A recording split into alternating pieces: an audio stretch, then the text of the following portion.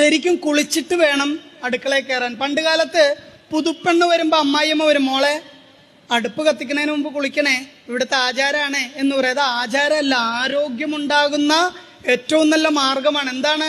അതിരാവിലെ ഉണർന്ന് ജനലും വാതിലും പണ്ടൊക്കെ തുറന്നിടാമായിരുന്നു. ഇന്ന് പെരുമ്പാവൂർ സൈഡ് തുറന്നിടാൻ പറ്റുമെന്ന് എനിക്ക് ഉറപ്പില്ല, ജനലും വാതിലൊക്കെ.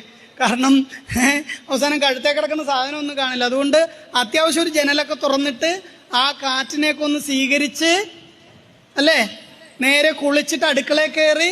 പണ്ട് കാലത്ത് അഗ്നി ജനിപ്പിക്കുമ്പോൾ ഒരു നാളികേരം ഹോമിക്കുമായിരുന്നു ഗണപതിക്കും അഗ്നിക്കുമായിട്ട്, അല്ലേ?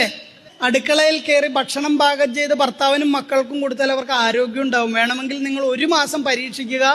നിങ്ങൾ കുളിച്ചതിന് ശേഷം അടുക്കളയിൽ കയറി ഭക്ഷണം പാകം ചെയ്യുക. 1 മാസം കുളിക്കാതെ അടുക്കളയിൽ കയറി ഭക്ഷണം പാകം ചെയ്യുക. ഈ 2 മാസത്തിലുമുള്ള നിങ്ങളുടെ ആരോഗ്യവും അവസ്ഥയും സമാധാനവും എന്താണെന്നൊന്ന് തിരിച്ചറിഞ്ഞിട്ട് ചെയ്യുക.